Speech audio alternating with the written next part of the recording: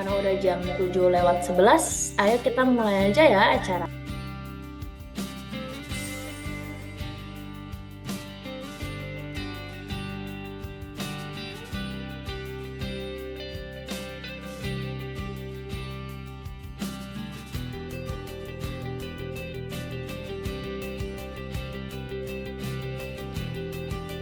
Didukung oleh Fakultas Ilmu Komputer Universitas Amikom Yogyakarta.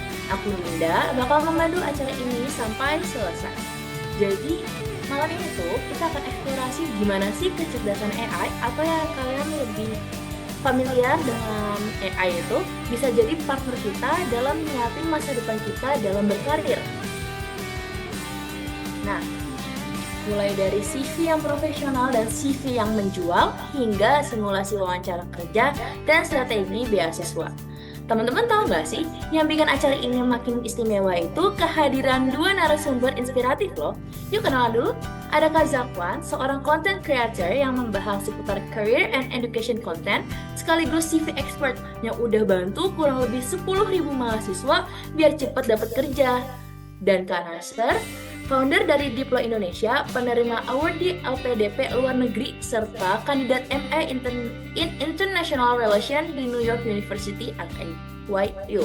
Sebelum kita masuk ke sesi utama, izin aku mewakili panitia semua untuk mengucapkan terima kasih kepada Expert Indonesia, Fakultas Ilmu Komputer Universitas Amikom, para narasumber yang luar biasa, dan teman-teman semua yang udah nyempetin waktunya untuk hadir dengan bersemangat.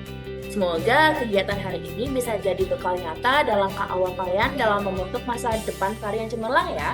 Let's prep for the future with AI and with purpose.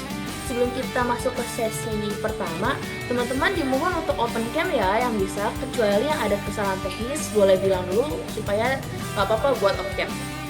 Nah teman-teman, sekarang kita masuk ke sesi yang paling menarik nih. Sesi yang bakal membuka wawasan kamu soal gimana sih bikin CV yang bukan cuma keren, tapi juga bakal dilirik sama recruiter.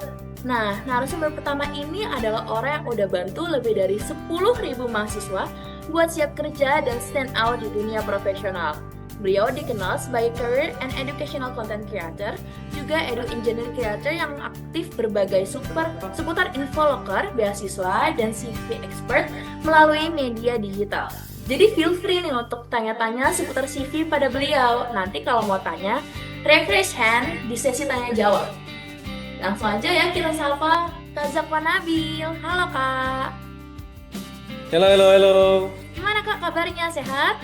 Sehat, alhamdulillah. Oke Juga, Kak. panggilnya siapa nih? Kak Dinda? Dinda aja. Dinda aja, oke.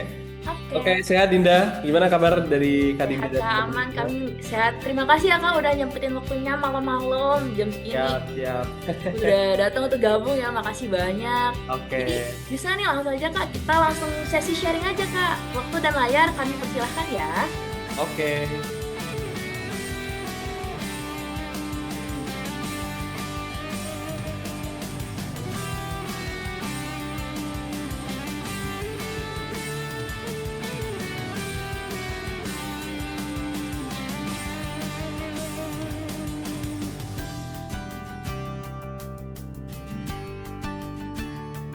Oke, boleh kasih jempol dulu dong teman-teman kalau emang udah kelihatan layarnya. Boleh kasih thumbs up reaction or something.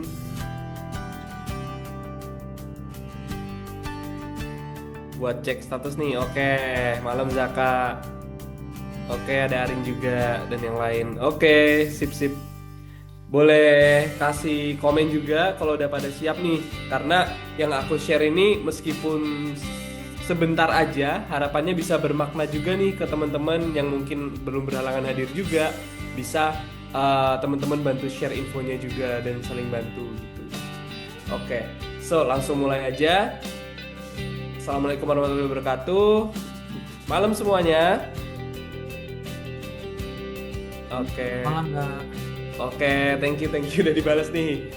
Meskipun malam-malam ya, aku juga excited banget nih karena hari ini aku mau share apa yang udah aku rangkum dan pengalaman semuanya selama aku kuliah, belajar dengan teman-teman yang lain, terus juga sama mentor-mentor aku rangkum ke slide yang simple tapi cukup bermakna ini.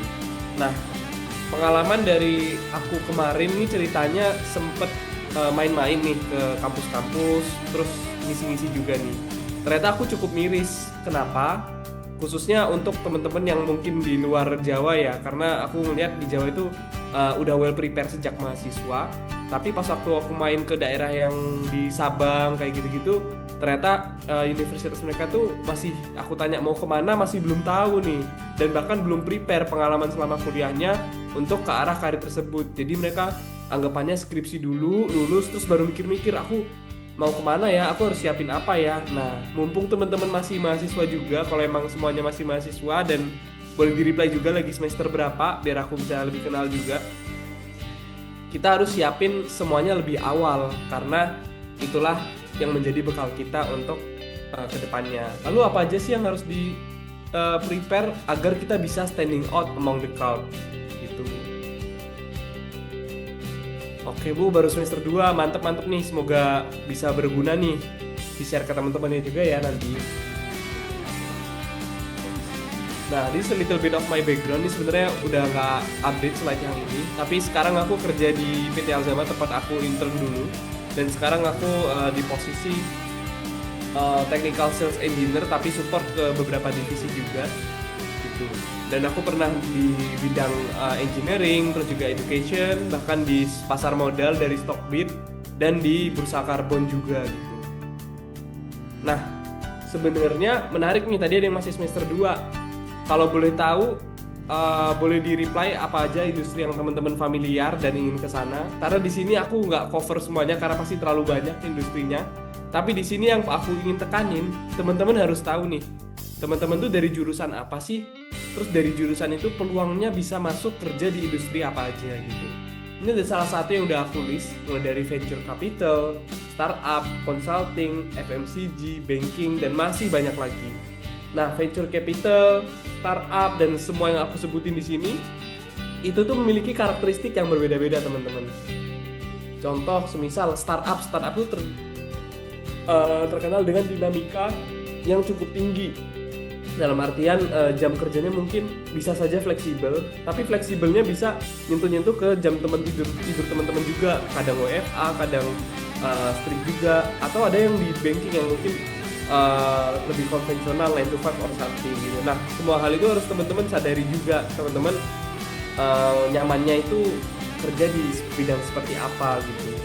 Ada lagi kayak oil and gas, tambang. Kebetulan aku di tambang, teman-teman. Nah, kalau di tambang tuh kerjanya 12 jam. Jadi kayak dan 12 jam tuh belum kepotong teman-teman transportasi ke sana. Jadi kemarin tuh aku sempet kayak bangun jam 3, terus jam 4 udah sholat subuh dan makan, terus langsung ngejar bis. Terus balik-balik sampai ke mes itu jam 9, jam 8-an gitu. Nah, itu full kerja, terus pulang ya udah tinggal tidur atau kayak scroll-scroll aja.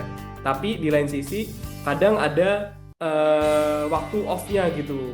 Kayak misal off 3 minggu kerja, terus 3 minggu lagi off. Nah, itu tergantung dengan policy perusahaannya masing-masing. Nah, kalau udah tahu industri mau kemana, biasanya ini tipikal recruitment proses gitu. Yang aku ingin tekanin sekarang tuh lebih di LinkedIn dan CV screening, karena materi nanti oleh Kak Nasir itu lebih ke interview. Jadi nanti ini aku skip, kalau ada materi interview bakal aku skip ya. Jadi sorry nih, karena udah dibagi skopnya kayak gitu. Nah, awal-awal kita LinkedIn dan CV screening. Kenapa aku taruh LinkedIn juga? Karena itu salah satu parameter yang penting juga nih, teman-teman. Karena sekarang 98% bahkan ya mostly hampir 100% lah aku bisa bilang pasti ngelakuin sosial media background check, khususnya di LinkedIn. Karena LinkedIn itu seperti lebih ke CV hidup teman-teman, sedangkan kalau CV itu untuk lolos screening awal biar teman-teman bisa milih pengalaman mana yang sekiranya relevan. Kadang kan teman-teman pasti kayak banyak sekali tuh pengalamannya, tapi kan nggak semua pengalaman harus ditulis ke dalam CV kan gitu. Nah, setelah lolos screening kita ada tes, ada yang offline test, ada yang kadang melalui website, terus juga lanjut ke interview. Nah, di interview ini ada dua, teman-teman, yaitu ada HR interview sama user interview. User interview itu apa sih, Kak? User interview itu nanti setelah teman-teman lanjut dari tahap HR, itu biasanya ada tahap usernya. Usernya itu dalam artian direct manager teman-teman, atau ketua divisi atau manajer divisi or subdivisi. Nah, itu yang nanti nge-interview teman-teman.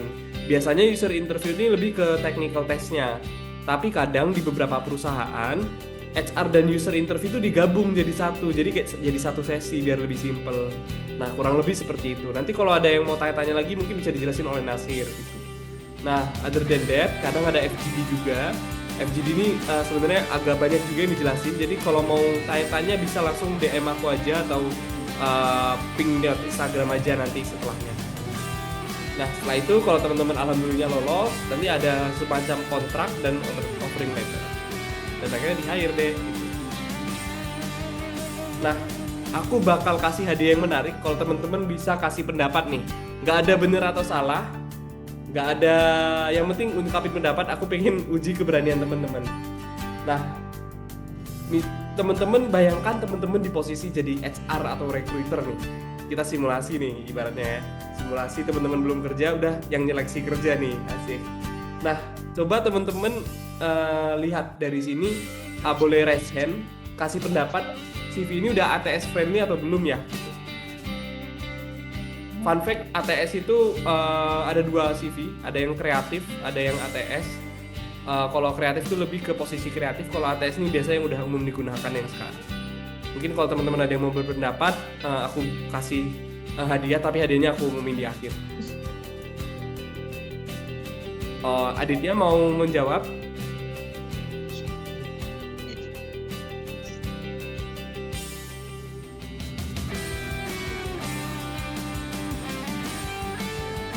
Atau dari teman-teman yang lain, atau via chat juga boleh.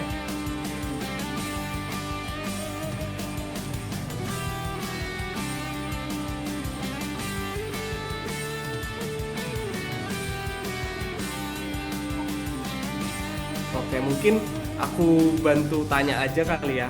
Ini ada yang mau jawab nih, mungkin ya. Oke, ya ATS itu lebih ke automated tracking system. Jadi tata letaknya, positioningnya itu juga sangat berpengaruh. Mungkin kalau Aditya mau bantu jawab juga boleh jawab gitu. Menurut kalian ini udah ATS belum ya? Gitu. Ada yang jawab udah ATS nih. Dari Arin, yang lain? Oke. Mungkin kalau emang nggak ada, aku calling jadi 3. Karena kalau nggak ada ya hadiahnya ya hangus. Nanti aku lempar lagi di selanjutnya gitu. 3. Calling twice. Calling third. Oke. Nah, aku bantu jawab nih. Tadi ada yang udah jawab, ada yang bilang ATS. Nah, sebenarnya nggak salah sih. Cuman salah ada beberapa part kenapa ini bukan ATS gitu. Nah, mungkin kalau kita lihat sekilas ini udah ATS friendly banget nih. Tapi ternyata ada beberapa part yang bisa menggagalkan teman-teman karena itu udah bukan recruiter lagi yang ngecek, tapi sistem dari komputer.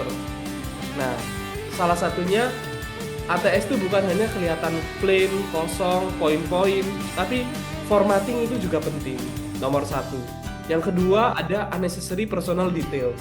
Contoh, di sini kalau mungkin kurang kelihatan, di personal details sih dia masukin nih ada marital status, terus ada udah punya anak atau belum, which is itu nggak terlalu penting gitu. Terus ada uninspiring work description. Di sini dia masukin kayak semacam job description-nya aja, tapi nggak describe apa yang dia lakuin. Terus ada non-value adding additional information. Dia masukin pengalaman dia jadi driver, which is kalau dia mau daftar ke posisi tertentu yang nggak butuh SIM or something, ya nggak penting dong gitu. Oke.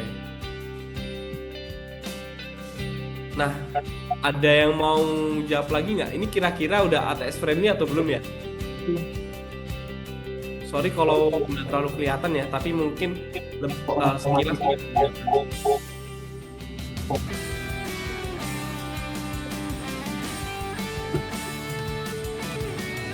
Oke, ini aku kasih kesempatan hadiah lagi, tapi aku bakal calling dari 5. Kalau ada yang mau resen ngomong, feel free.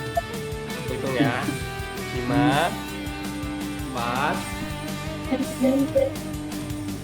Aditya mungkin mau menjawab atau emang belum, atau nggak ke-mute ya? Atau gimana? karena nggak terdengar nih di aku. Oke, 3, 2, 1. Oke, mungkin oh ada yang jawab sudahkah itu ATS ya, tapi aku udah tutup dari tadi satu nih baru muncul. Hewan banget nih, sorry. Nah, ada yang jawab nih udah ATS, tapi kenyataannya ini belum lolos tracking system loh, gitu. Nah, aku ingin teman-teman lebih kritis lagi. Di sini kita lihat, aku udah kasih clue-cluenya nih di 5 poin ini. Sebenarnya itu udah jadi clue kenapa dia nggak ATS gitu. Contoh, profilnya terlalu generik. Terus too many university details. Kalau teman-teman lihat di sini, dia masukin nilai A, A+, AA+, which is itu nggak terlalu penting juga gitu. Bahkan yang nilai-nilai jeleknya dimasukin C, E. Mungkin kalau kayak anak-anak teknik, E itu bangga ya dapetnya karena E merepresentasikan engineer or something. Kadang jokesnya kayak gitu sih, gitu. Tapi nggak penting juga untuk dimasukin, apalagi kalau nilainya jelek kan, gitu. Dan nggak relevan terhadap apa yang dikerjakan. Gitu. Terus uninspiring work description. Di sini masih banyak juga pengalaman dia jadi apa nih? Jadi street team, terus juga jadi main activities suka musik dan hal-hal lain. Itu nggak terlalu penting. Terus 2 page are too much. Nah, di sini nih kalau teman-teman tahu, recruiter tuh bisa ribuan CV dalam sehari. Dan aku pernah mengalaminya, kayak sehari di email tuh masuk hampir 1000 gitu-gitu. Dan kalau misal satu CV aja aku ngecek 5 menit, ya kali aja 5 menit kali 1000, 5000 menit, 5000 kali bagi berapa, udah berapa jam tuh yang aku consume. Nah, itu kalau misal kita ngecek pribadi gitu. Nah, jadi 2 page are too much kenapa? Jangan sampai informasi yang penting-penting tuh malah di akhir gitu, dan yang nggak penting malah di awal. Jadi apalagi untuk teman-teman fresh graduate, pilih informasi yang relevan, important, dan penting ke dalam satu format CV tadi gitu. Jadi ketika teman-teman recruiter ngelihat, langsung impresinya bagus, langsung kayak oh ini impactful nih, oh ini dia pernah di posisi yang bagus ya, oh ini pengalamannya oke banget nih, dia kasih impact yang sangat gede di situ meskipun posisinya biasa aja gitu. Jadi jangan sampai kelewat hal-hal pentingnya, karena again seorang recruiter tuh bisa ngecek mungkin 6-8 detik aja harusnya gitu, kayak base karena saking banyaknya CV yang masuk ya gitu. Nah, jadi ini semacam summary ya, do and don'ts secara CV ATS itu ada 2 hal yang penting. Gak hanya formatting aja, tapi isi konten juga penting. Nah, teman-teman bisa lihat don-nya, kita breakdown satu-satu. Formatting ada 3 hal.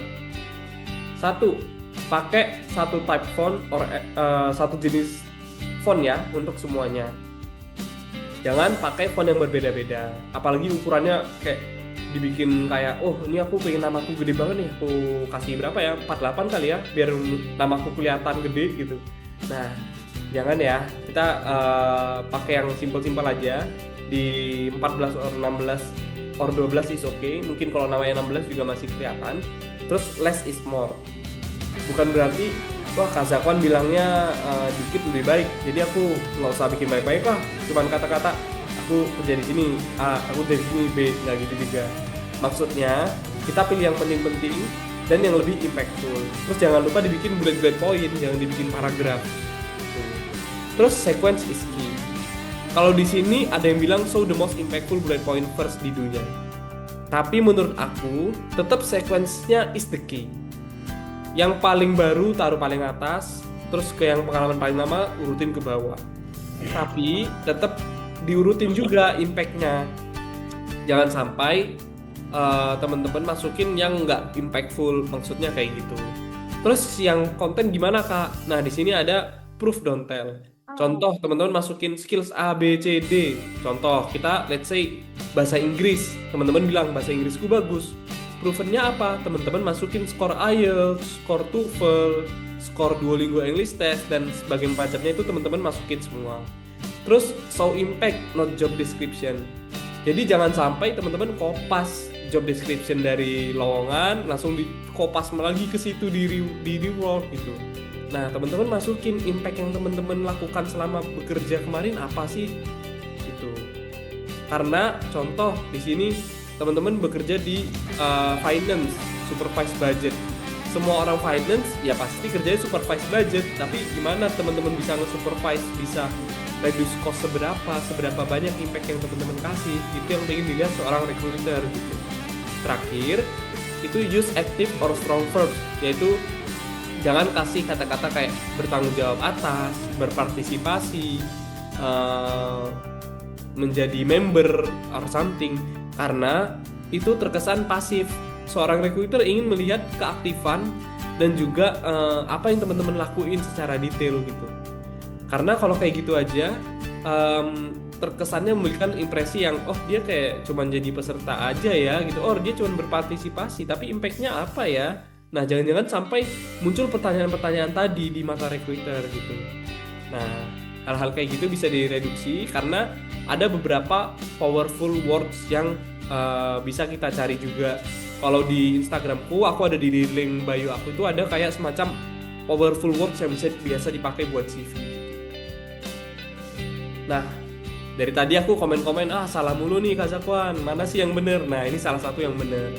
Dimana poin-poinnya udah aku summary. Use one type of font for everything.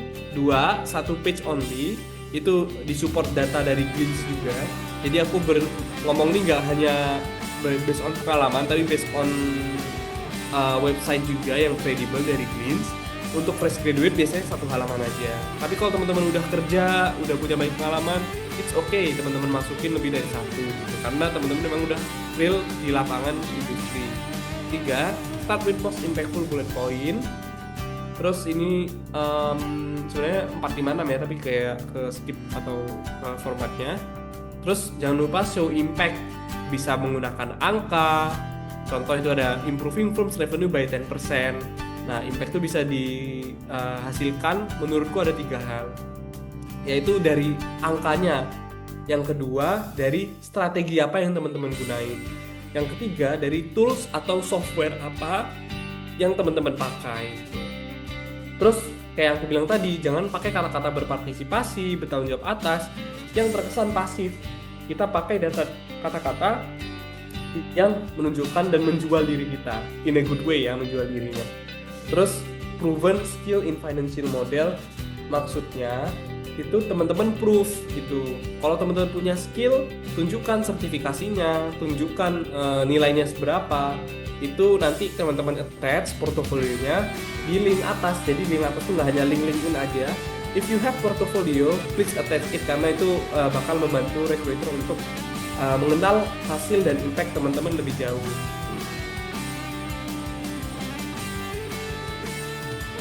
Oh, ini press interview ya? Sorry.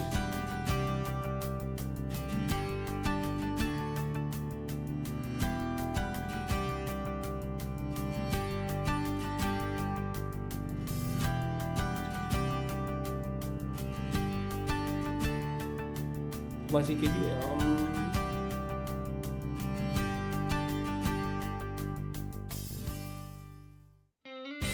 Gimana ya caranya ini? Kesini terus ya?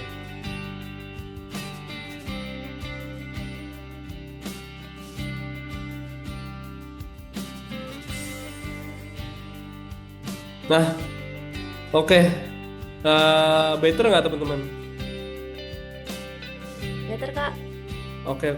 Sorry. Nggak di-remind nih.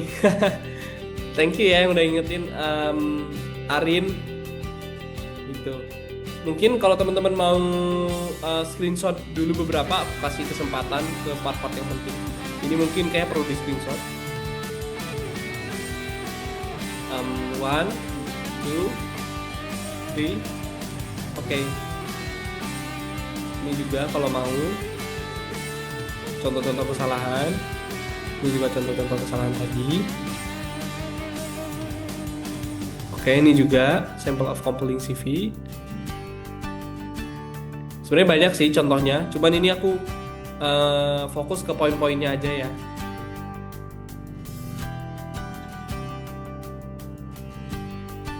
Oke, ini udah lanjut ke LinkedIn sih. Sebenarnya udah habis materiku. Tapi mungkin kalau masih ada waktu nggak, Dinda? Kalau mungkin aku run through one or some until 5 minutes. Masih ada waktu Kak. Oke, kita lanjut ya. Karena menurutku jadi satu nih harusnya. Gitu. Nah, kenapa harus LinkedIn? Karena ini ada alasannya. Kayak yang aku bilang tadi, 94% of recruiter, 93% of hiring managers itu based on LinkedIn atau social media background check. Dan open job di LinkedIn tuh ada 6,5 juta lebih. Jadi menurutku untuk sekarang teman-teman job seeker, LinkedIn is a must. Opini pribadiku. Nah, setelah teman-teman CV-nya udah oke, sebenarnya tinggal dipindah-pindah aja sih ke LinkedIn ya. Karena LinkedIn tuh ngebantu banget ketika teman-teman mau bikin CV untuk setiap yang mau dilamar. Karena CV itu sebenarnya kan milih-milih nih pengalaman apa yang sekiranya relevan. Karena teman-teman juga pasti banyak pengalaman selama di kuliah atau pengalaman magang yang berbeda, job description-nya itu pasti sangat membantu. Gitu. Nah, ini contoh-contohnya. Nah, ini salah satu trik kenapa LinkedIn itu powerful. Aku menyebutnya cold call gitu. Ini strategiku biar bisa dapat mentor, dapat informasi berharga, dan bahkan bisa dapat kerjaan juga dari situ. Gitu. Nah, teman-teman bisa lakuin ini. Contoh, nanti aku kasih template-nya, tapi intinya teman-teman beranikan diri untuk berkomunikasi dan engage dengan user dan opportunity di luar sana. Nah, akhirnya dari situ-situ aku bisa ketemu dengan Menteri Perikanan, terus juga ini ke kantornya Kemenko Marves, kantornya Luhut, berkesempatan berpresentasi di sana. Nah, ini salah satu step by stepnya, yaitu approve professional photograph. Ini do and don'ts-nya. Please teman-teman kalau mau screenshot, feel free to screenshot, karena aku run through aja sih. Nah, yang kedua, jangan lupa add location dan industri-nya. Nanti teman-teman kalau cek di LinkedIn itu ada tombol edit ini, teman-teman bisa masukin yang penting-pentingnya kayak namanya, headline-nya, location, terus summary dan experience-nya. Nah, yang ketiga, jangan lupa di customize. Kenapa? Karena customize ini penting untuk teman-teman attach ke CV teman-teman gitu. Oke, udah di screenshot, thank you ya. Nah, pro tipsnya, masukin nama yang represent teman-teman ya, jangan kayak nama-nama yang aneh-aneh gitu. Karena ini nanti teman-teman tes di CV gitu. Makanya di sini aku tulis Zakwan Nabil, nggak Zakwan yang lain-lain gitu. Terus write your summary. Ini contoh lama, tapi sebenarnya intinya masukin aja sih kayak short summary dan background kamu, skills, terus proven experience-nya di mana. If you have any hobbies, please taruh hobbiesnya di situ dan masukkan call to action. Tapi sebenarnya aku pakai format yang lain juga gitu. Aku biasanya bikin 3 bagian, yaitu past, present, and future. Jadi di past aku jelasin aku dari lulusan mana atau aku sedang berkuliah di mana. Terus pastnya itu pengalaman yang paling berhargaku itu apa, masukin. Terus present, di present ini kamu sedang membangun platform apa, kamu sedang fokus kemana, terus kamu sedang melakukan apa, itu masukkan di paragraf 2. Terus yang ketiga future ini teman-teman masukkan aspirasi teman-teman. Aku ingin menjadi engineer yang hebat di bidang metalurgi selama 10 tahun ke depan, jadi aku pengen belajar itu, atau hal-hal yang teman-teman sedang belajar ke depannya apa, masukkan di situ.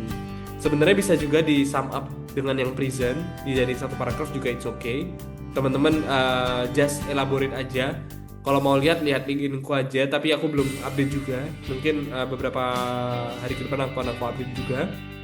Terus masukin CTA-nya, call to action. Call to action-nya apa? Jangan sampai recruiter lihat atau user or manager lihat, ini aku hubunginnya kemana ya? Aku biasanya tulis feel free to DM me atau email ke bla bla bla untuk opportunity lanjutan. Nah, ini describe your expertise. Masukkan juga company profile dalam artian deskripsi company-nya, terus juga masukkan strong active verb, terus quantify impact, masukkan skills related. Ini list of active verbs yang aku bilang tadi. Ini hanya beberapa. Nanti teman-teman bisa cek aja di Instagram aku. Contoh, teman-teman mau jadi manajer digital marketing, daftar nih. Waduh, kata-kata apa yang aku masukin tadi? Dibilang jangan berpartisipasi, jangan tanggung jawab atas. Aku masukin apa ya? Nah, kita breakdown. Manager marketing. Manager is kind of leadership. Marketing itu pasti ada communication and research. Makanya di job desk teman-teman masukin kata-kata kayak collaborate, develop, initiate, evaluate, construct, handle, organize. Contoh, aku pernah nge-handle tim marketing sebuah event nih. Ada kurang lebih 10 orang. Masukin aja handle atau enggak organize 10 plus team of people consisting of graphic designer, terus juga copywriter, videographer, anything yang relate, teman-teman bisa bikin kayak gitu untuk showcase leadership teman-teman. Nah, jangan lupa masukin skill-skillsnya. Terus fill out education, jadi masukin schools yang ada logonya to be more credible. Terus kasih juga summary kegiatan teman-teman selama di kuliah apa aja. Ini aku ada contohnya meskipun kayaknya agak kurang ini ya, agak blur gitu ya. Nah, ini yang penting. Yang kiri ini teman-teman coba lihat. Aku selalu gunain template ini sih. Jadi aku selalu kayak contoh cara aku gain information atau enggak inject ke user. Tadi di awal aku sempat bilang ada HR atau user interview. Nah, gimana caranya kita bisa skip atau jump up ke usernya? Jadi teman-teman harus kenal ibaratnya orang dalamnya lah. Caranya gimana? Ya lewat LinkedIn. Nah, teman-teman pakai template yang kiri ini. Jadi ketika ada lowongan, sebelum lowongannya di post, teman-teman udah tahu malah lowongannya, usernya misal ngasih tahu teman-teman. Nah, itu namanya cutting the way, dimana kompetitor atau kandidat lain itu lewat HR interview dan lain-lain, teman-teman udah kenal sama usernya langsung, jadi udah fit ke company-nya gitu. Kalau emang mau masuk ke sana. Contoh, misal teman-teman mau masuk ke Unilever or something FMCG, kenalan aja, hai Kak XX, namaku misal Dinda, namaku Dinda, dan aku dari program ilmu komunikasi students gitu misal. Aku pengen tahu nih gimana sih bisa caranya jadi sukses di bidang marketing, apalagi di posisi UFLP yang lagi buka nih gitu misal. Gimana sih Kak caranya, kakak kan udah jadi UFLP nih di marketing, aku pengen belajar gimana cara proses-prosesnya dan tips and tricksnya, do and don'ts-nya. Bisa tanya-tanya nggak ya gitu. Kalau perlu call dalam artian online meeting, it's okay. Nah, yang terakhir, kalau teman-teman tadi yang masih semester 2 ini masih lama, tapi kalau emang mau masuk kerja, bisa dinyalain juga nih, turn on, recruiter tahu kamu lagi open to work. Tapi ada opsi juga, semisal teman-teman udah kerja, terus aduh malu nih, aku mau cari kerja lagi, open to workku punya lain, tapi nggak mau ada poster ijo-ijonya, itu bisa diatur juga. Jadi kalau takut dilihat teman-teman yang sekantor misal, kok kamu masih open to work sih, kamu mau resign ya? Jadi kan nggak ada pertanyaan-pertanyaan kayak gitu. Nah, itu bisa diakalin. Nah, kurang lebih kayak gitu sih. Ini aku additional aja 9 slides ini karena aku pengen dari 5 menit atau berapa menit tadi? Ya 15-30 menit aku ngomong ini, aku bisa kasih impact yang banyak ke teman-teman. Harapannya teman-teman bisa mengubah nggak hanya dari LinkedIn, juga dari CV-nya, terus semuanya bisa teman-teman implementasikan, bahkan teman-teman share ke teman-teman yang lain gitu. Aku nggak masalah teman-teman screenshot atau mau upload ulang materi-materi ini di LinkedIn terus tag aku juga nggak masalah, karena menurut aku ini amal jariah aku juga gitu untuk terus mengedukasi, dan kalau teman-teman edukasi lagi aku juga sangat seneng banget gitu, bahkan pakai materi yang sama dengan aku gitu. Oke, aku kembalikan lagi ke tim Accelerate. Thank you for the stage, Dinda and Tama, aku kembalikan. Thank you. Thank you Kak. Wah, materinya bagus banget ya. Jadi kita tuh kayak lebih tahu nih ternyata cara buat CV yang baik tuh gimana gitu kan. Jadi pasti teman-teman semua udah penasaran nih atau udah punya beberapa pertanyaan yang disimpan. Jadi sekarang kita lanjut ke sesi tanya jawab. Teman-teman yang mau bertanya boleh raise hand ya atau via chat aja.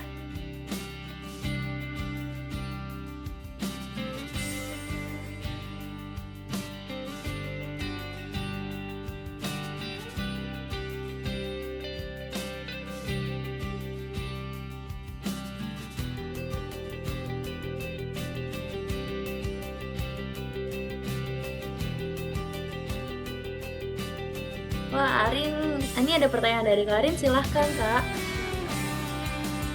Halo, selamat malam Kak. Kenalin, aku Arin, aku mahasiswa HI di UIN Jakarta. Sebenarnya mungkin aku mau nanya ini sih Kak, tentang LinkedIn ya. Sebenarnya aku mau minta di review LinkedIn-nya gitu Kak, kalau boleh.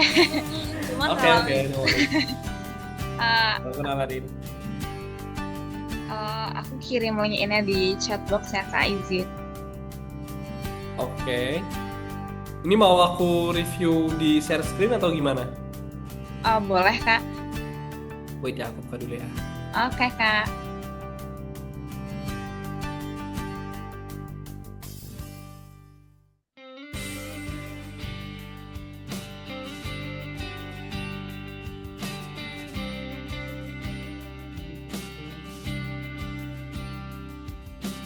Aku izin connect dulu ya.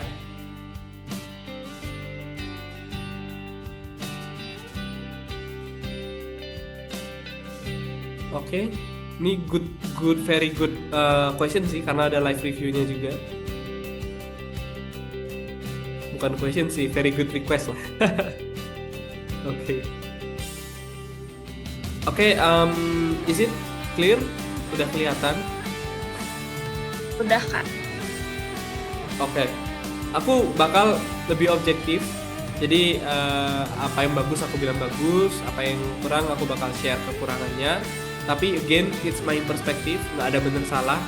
Kalau menurut Arin ada yang lebih bagus dari itu atau menurut Arin udah bagus, so feel free aja kalau mau diedit or adjust atau menurutku ini udah bagus kok, nggak usah di adjust juga nggak apa-apa karena it's just an opinion.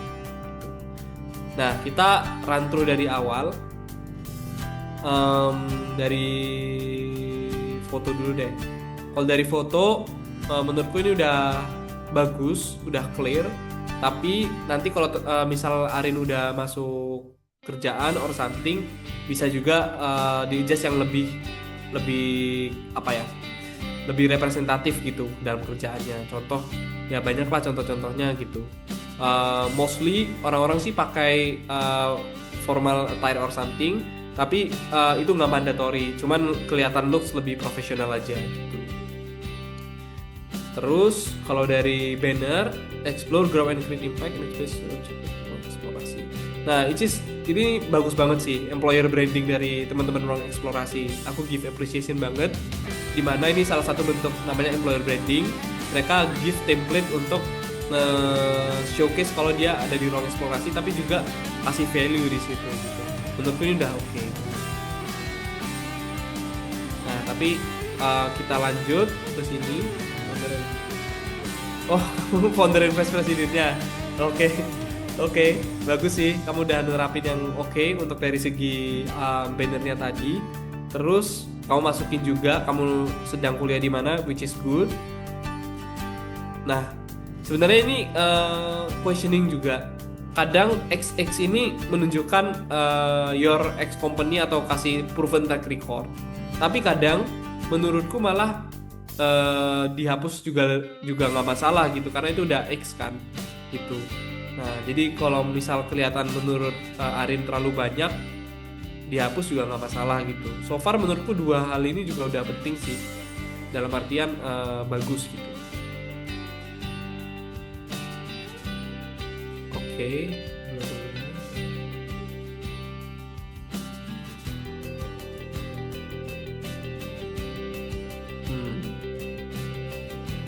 Oke, menurutku ini udah bagus sih. Kalau dari segi boutmu, di sini kamu jelasin kamu melakukan apa, terus apa yang kamu bangun, kayak yang aku cerita tadi. Terus di sini kamu lagi belajar apa juga, di pasnya ya.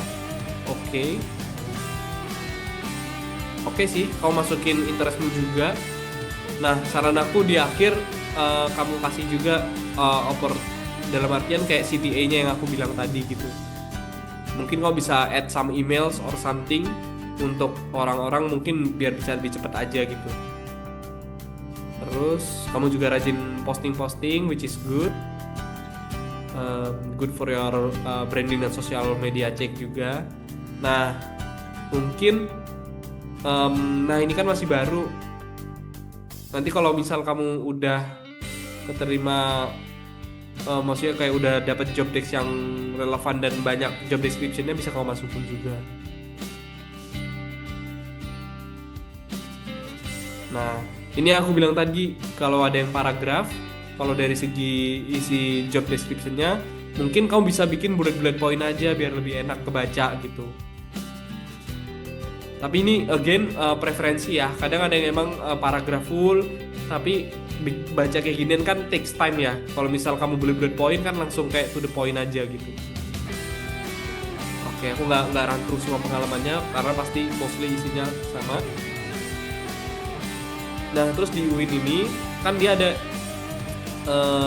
kayak semacam yang tadi aku bilang, kamu masukin summarize kegiatanmu. Terus misal kalau ada IPK mau di-showcase juga nggak masalah, itu kamu bisa showcase aja. Terus apalagi ya, lanjut ke bawah, kamu udah masukin sertif, which is good. Volunteer juga oke. Nah, komennya masih sama sih, make sure straight to the point aja, jangan terlalu banyak paragrafnya gitu. Oke, kamu masukin skillsmu juga banyak dan ada beberapa penghargaan juga, which is good. Nah, yang terakhir kayaknya aku ada yang miss itu mungkin dari segi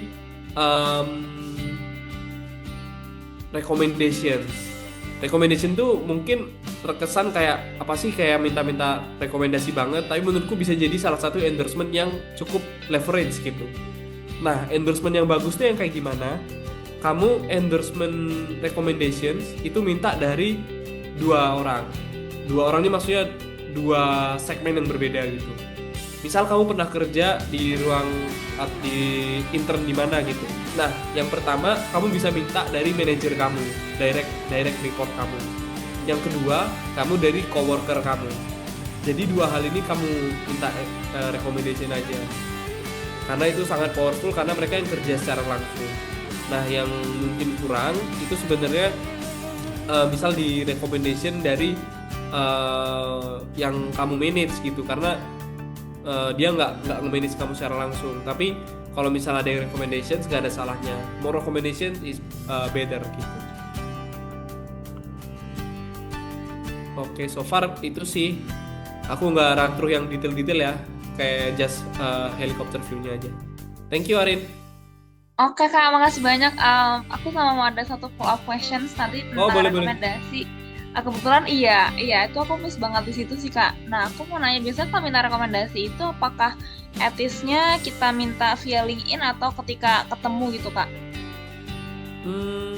Tergantung sih. Sebenarnya kalau kita tiba-tiba minta itu kan aneh ya gitu sebenarnya. Kayak gitu. Nah, tergantung.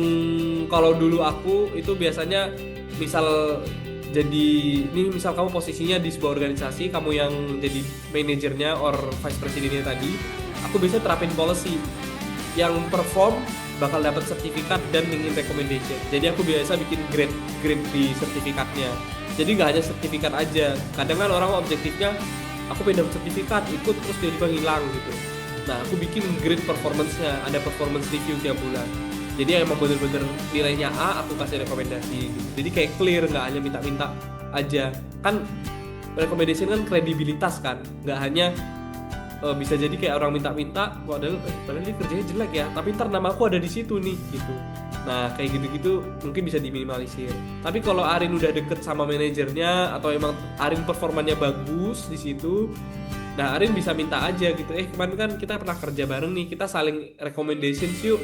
Kemarin kan kita udah perform, terus juga kerjanya bagus juga, ya nggak masalah gitu. Selama emang bisa dipertanggungjawabkan, jangan asal rekomendasi dari orang gitu sih.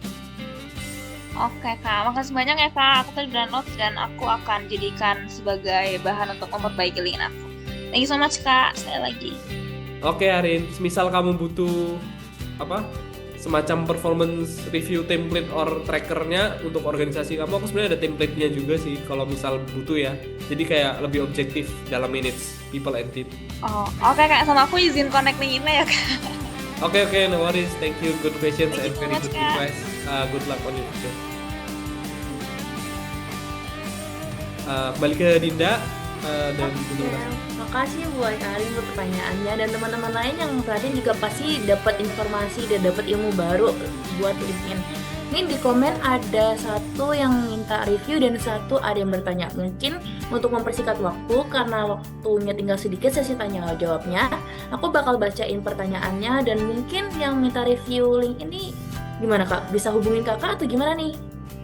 Oh boleh, ntar hubungin aja, kan bisa connect LinkedIn, terus add ya aja basically. Nanti mungkin kita bisa sesi terpisah around 10 until 15 minutes is okay. Oke, nah itu yang mau minta review LinkedIn nanti bisa konekkan ke kakaknya langsung. Aku izin baca satu pertanyaan dari Kak Ayu Diavania nih. Kak, tips dong untuk mahasiswa baru yang masih bingung mau mulai dari mana untuk membangun pengalaman agar CV-nya bisa berkembang pelan-pelan. Oke. Jawab Kak. Dari aku sebutnya Kak Fani aja ya. Oke, thank you Fania and Dinda for the good intro and good questions juga dari Fania. Aku ingin sum up juga terkait gimana cara bisa bangun pengalaman agar CV berkembang pelan-pelan sebagai maba. Gitu. Satu hal yang teman-teman harus tahu sebagai maba, untuk membangun teman-teman harus punya clear purpose yang aku tadi bilang, tahu industri mau kemana, posisinya apa, agar bisa membangun CV-nya ke arah sana. Itu yang paling penting. Karena kesalahan maba-maba biasanya FOMO nih, ikut organisasi, banyak banget diikutin semuanya, tapi di akhir-akhir aduh capek banget ya, masa bangun karir harus kayak gini. Padahal yang dimasukin CV ya beberapa aja yang aku bilang tadi. Kita harus play smart dan juga bangun karir secara cerdas gitu, nggak hanya ngejar capeknya aja tapi ternyata posisinya sama atau impactnya juga nggak powerful. Nah, jadi ingat hal itu dulu gitu. Nah, caranya gimana? Kalau dari aku membagi mahasiswa itu ada banyak hal yang bisa dieksplor. 7 hal, 6 atau 7 hal. Yang pertama dari segi akademik. Akademik itu IPK, project dosen, skripsi, and academic things itu teman-teman bisa maksimalin. Itu satu. Karena itu pasti ada di CV akademik. Terus yang kedua, lomba. Teman-teman kalau menurut teman-teman, aku pengen jadi konsultan di Big Four atau di MBB, McKinsey or something, kayaknya lomba ini berpengaruh ya. Aku ikutlah business case competition, aku ikutlah accounting competition. Nah, berawal dari tujuan tadi, teman-teman build dari sana, lomba. Yang ketiga, magang. Magang itu penting karena industrialnya kena ke teman-teman, gak hanya konsep aja.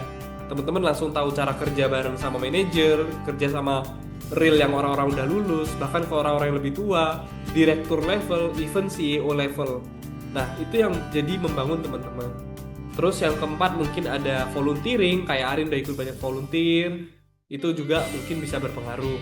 Terus yang kelima, beasiswa itu juga salah satu hal yang penting, tapi harus di mapping lagi, beasiswa ada banyak tipe-tipenya, itu nanti dijelasin oleh Nasim.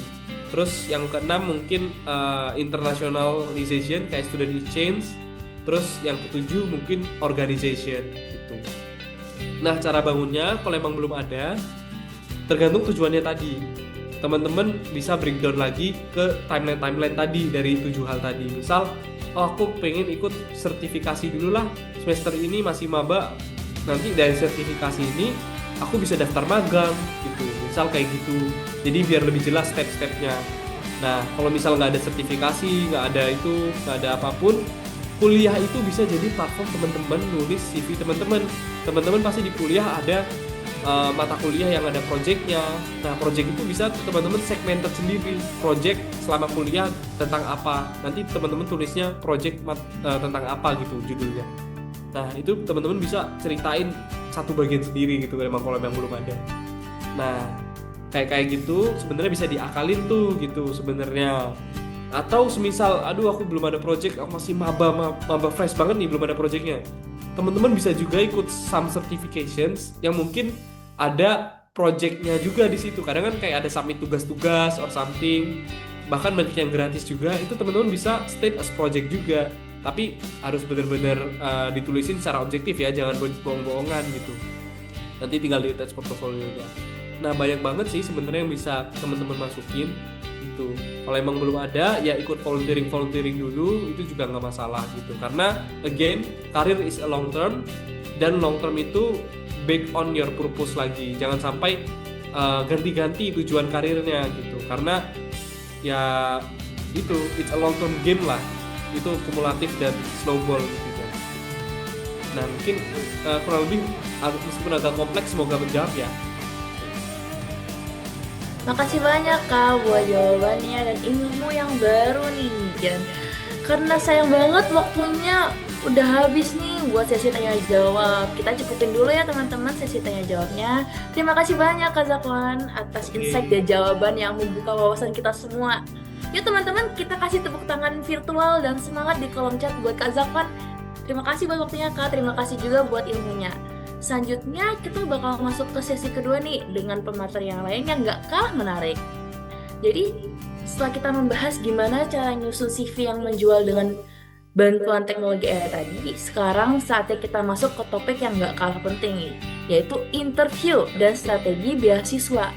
Nah, di sini ada nggak sih teman-teman yang punya cita-cita kuliahnya ke luar negeri atau dapat beasiswa LPDP?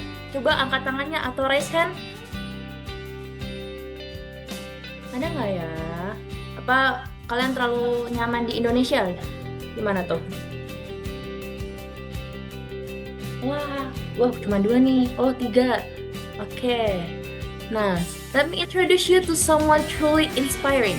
Narasumber kita berikutnya adalah sosok muda yang bukan hanya cerdas, tapi juga visioner dan global minded.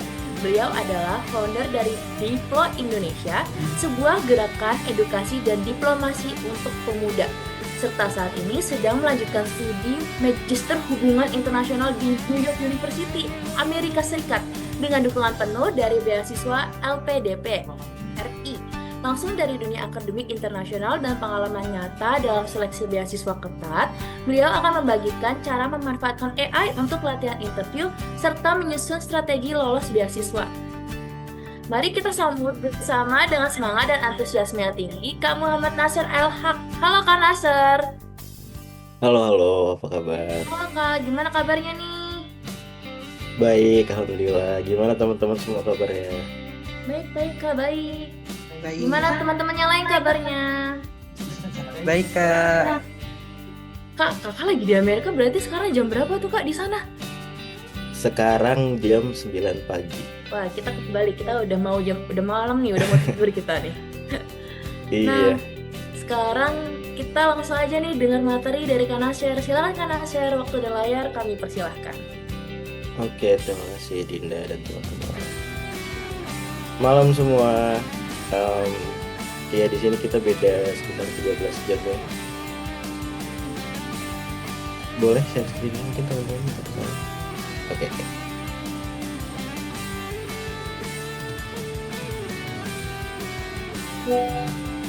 Nah teman-teman, apa share screen-nya sudah kelihatan?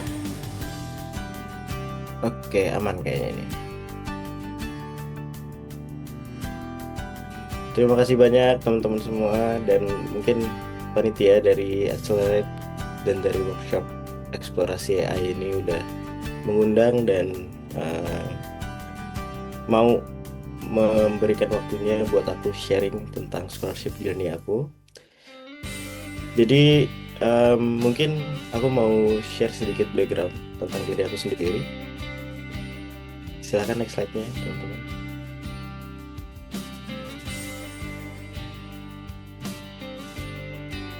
Yes, jadi aku sekarang sedang studi ilmu hubungan internasional, Master of Arts di New York University. Sebelumnya aku S1 tahun 2021 dari sarjana hubungan internasional juga di UIN Syarif Hidayatullah Jakarta. Dan sekarang alhamdulillah aku mendapatkan beasiswa eh, dari LPDP itu setelah percobaan keempat. So aku mencoba beasiswa LPDP, mendaftar beasiswa LPDP itu tepat setelah kelulusan. Aku wisuda bulan Februari 2022 dan bulan Maret aku memutuskan untuk mendaftar LPDP. Jadi dari Februari kemarin tuh aku cuma punya waktu sekitar 2 mingguan untuk akhirnya decide dan prepare semua from scratch untuk beasiswa LPDP. Dan ya setelah 4 kali percobaan akhirnya berhasil. Halo Yarin, dari Hayuwin juga. Setelah 4 kali percobaan dan akhirnya aku bisa berhasil setelah banyak trial and error. Mungkin boleh next. Ini aku mungkin bakal cepet aja ya karena aku pengen sebenarnya lebih banyak diskusinya sama teman-teman semua. Menurut aku ini pertanyaan umum ya, kenapa belajar untuk interview itu penting banget? Karena setelah mencoba beberapa kali interview di LPDP dan banyak interview lainnya saat mendaftar pekerjaan selama setelah lulus itu dan sebelum lulus, menurut aku interview itu bukan cuma formalitas saja. Jadi di interview itu kita benar-benar dilihat bagaimana motivasinya, bagaimana kita bisa menarasikan jalan pikiran kita, bagaimana kita bisa menarasikan perjalanan hidup kita. Itu interviewer itu melihat dari situ. Dan dengan berlatih kita bisa menyiapkan diri secara mental dan akhirnya menumbuhkan atau membangun kepercayaan diri. Itu penting banget untuk interview. Karena tanpa latihan interview, kalau kita datang ke sebuah interview, masuk ke ruangan interview atau ke Zoom interview tanpa ada persiapan, itu kita nggak akan pernah tahu apa yang akan kita rasakan di dalam situ gitu. Di dalam interview itu apa yang akan kita jalani, kita nggak akan pernah tahu. Terus yang kedua adalah untuk reflective thinking. Jadi dengan menyiapkan diri untuk interview, kita akhirnya bisa merefleksikan apa sih sebenarnya tujuan kita misalnya mendaftar ke sebuah pekerjaan atau mendaftar ke sebuah beasiswa dan sebagainya. Jadi what's the why? Mengapa kita mempunyai tujuan atau cita-cita tersebut? Itu yang harus kita refleksikan. Motivasi kita tuh apa sih? Apa yang ingin kita berikan? Apa yang ingin kita lakukan? Itu penting banget. Dan yang selanjutnya adalah untuk master your story and narrative. Jadi dengan latihan interview kita tuh bisa bisa belajar untuk menstrukturkan cerita kita dan narasi kita. Itu penting banget. Boleh next? Ini sesuai dengan tema dari hari ini ya, yaitu bagaimana cara menggunakan AI untuk interview. Ini aku disclaimer, ini penting banget untuk teman-teman ketahui. AI itu hanya alat bantu, bukan pengganti dari otentisitas kita. Honestly aku looking back saat mendaftar, aku sama sekali tidak menggunakan AI. Jadi aku menggunakan traditional methods, kayak latihan interview itu pakai mock interview lah, atau aku tuh dulu bahkan sering sengaja daftar pekerjaan yang nggak sesuai dengan bidangku dan dapat interview di pekerjaan itu hanya dengan tujuan supaya aku bisa melatih kayak critical thinking aku gitu. Jadi gimana caranya aku menarasikan diri aku ke pekerjaan tersebut walaupun pekerjaan itu tidak sesuai dan lain sebagainya. Jadi aku sering banget ikut interview pekerjaan di perusahaan-perusahaan yang tidak, atau di job desk yang tidak sesuai, itu untuk melatih diri. Atau ya mock interview bersama teman atau sama mungkin yang sudah lebih dulu masuk ke dunia kerja atau kalau dalam case aku adalah Wordy yang sudah lulus PDP duluan, dan lain sebagainya. Jadi aku menggunakan cara-cara tradisional. Cuman aku melihat kayaknya sekarang kalau misalnya AI, aku udah menggunakan AI dari dulu, itu bakal ngebantu banget diri aku untuk bisa bersiap dengan scholarship interview aku. Karena kalau dilihat-lihat mungkin nggak semua orang punya akses ke hal yang sama seperti aku gitu. Maksudnya akses untuk punya teman-teman yang memang udah lulus scholarship dan lain sebagainya. Jadi dengan bantuan AI itu bakal ngebantu banget sebenarnya kalau setelah dipikir-pikir ya. Dan mungkin kalau teman-teman punya akses ke banyak AI, terutama mungkin kayaknya kalau untuk urusan latihan interview dan lain sebagainya itu pakai generatif AI ya. Kalau teman-teman punya akses ke situ dan bisa menggunakan itu, explore tools itu, mungkin dimaksimalkan sebaik mungkin AI, dan jadikan itu sebagai extra layer dari persiapan teman-teman untuk mensinambungkan usaha teman-teman dalam mendaftar, bukan untuk mengganti ya, bukan untuk menjadikan itu sebagai source utama dari teman-teman untuk latihan interview. Mungkin boleh lanjut.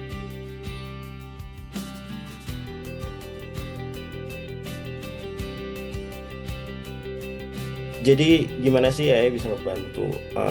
Ya seperti yang tadi aku bilang, penting banget AI itu kita gunakan untuk simulate mock interviews dengan tailored questions and feedback. Sekarang udah banyak banget tools AI yang bisa dipakai untuk kita mock interviews ya. Salah satunya kalau nggak salah ada Google Interview Warm-Up. Itu bisa dipakai buat kayak kita latihan interview secara langsung dengan AI gitu. Jadi AI aja bisa ngasih feedback secara real time. Terus ada mungkin beberapa tools yang mungkin teman-teman udah pada tahu kayak ChatGPT, JobScan, terus mungkin DeepSeek, yang sekarang lagi ramai kan ada DeepSeek, ada Grok, itu teman-teman bisa pakai. Dan kalau teman-teman search kayak AI untuk membantu interview juga pasti muncul banyak banget di Google gitu. Jadi banyak banget tools yang bisa digunakan. Terus yang kedua adalah untuk menguatkan bahasa kita dan menguatkan struktur dari pikiran kita. Jadi kadang kan teman-teman, aku yakin aku juga mengalaminya, pasti banyak banget yang kayak kita tuh sebenarnya punya ide-ide yang bagus, tapi kita nggak tahu gimana nge-structure-nya, kita nggak tahu gimana nyambung-nyambunginnya gitu. Dan dengan masukin prompt mungkin kayak structure kita, terus kita bilang tolong dong sambungkan atau hubungkan pikiran saya ini untuk menjadi structure yang lebih baik gitu. Teman-teman bisa pakai itu untuk merapihkan thought structure dan menguatkan pembahasan dalam interview itu. Terus setelah kita punya banyak persiapan, AI juga bisa ngebantu kita buat identify strengths dan nyari area to improve. Jadi mereka juga bisa ngasih feedback yang menurut aku cukup oke. Aku tadi sempat nyoba-nyoba, dan menurut aku feedback yang diberikan oleh AI itu cukup baik gitu, nggak terlalu generik lah. Dan yang terakhir adalah get used to the rhythm and flow of interviews. Jadi balik lagi ke yang tadi, kalau teman-teman nggak punya akses untuk latihan interview dengan orang-orang yang nyata gitu, teman-teman bisa menggunakan AI. Boleh selanjutnya?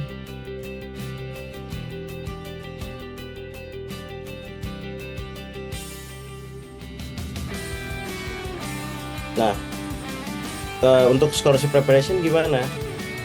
Jadi mungkin teman-teman bisa menggunakan AI untuk drafting motivation letters.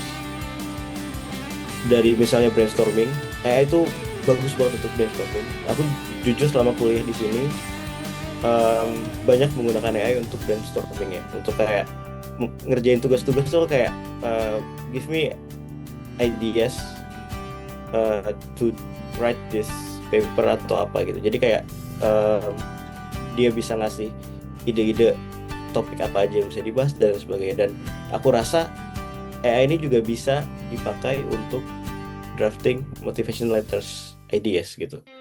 Jadi teman-teman bisa menggunakan itu untuk tadi brainstorming, structuring ideas, sama refining tone and languages. Terus teman-teman juga bisa menggunakan AI untuk proofread sama enhance grammar and flow. Jadi kalau teman-teman tahu ada salah satu tools yang namanya Grammarly, itu sangat ngebantu. Grammarly itu kan basically language AI, language based AI yang fokusnya untuk ngebenerin grammar dan flow. Dan itu sangat ngebantu. Bahkan banyak profesor di sini yang bukan native English speaker, mereka masih pakai Grammarly untuk membantu structure, grammar, dan flow dari paper-paper mereka. Jadi itu tuh bakal ngebantu banget. Terus mungkin ini AI juga bisa digunakan untuk strengthening arguments dengan memberikan saran gimana sih caranya tadi yang gue bilang, connect your story to the scholarship mission and goals. Jadi teman-teman bisa gunakan itu.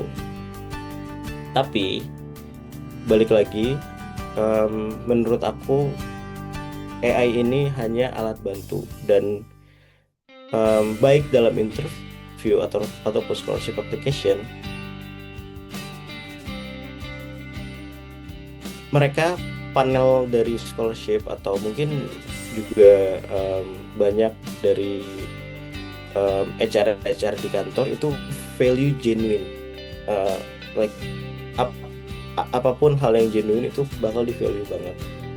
Dan dengan kalau teman-teman semua kayak memaksakan diri menggunakan AI dengan copy paste dan sebagainya, itu tuh akan menghilangkan keaslian itu gitu. Jadi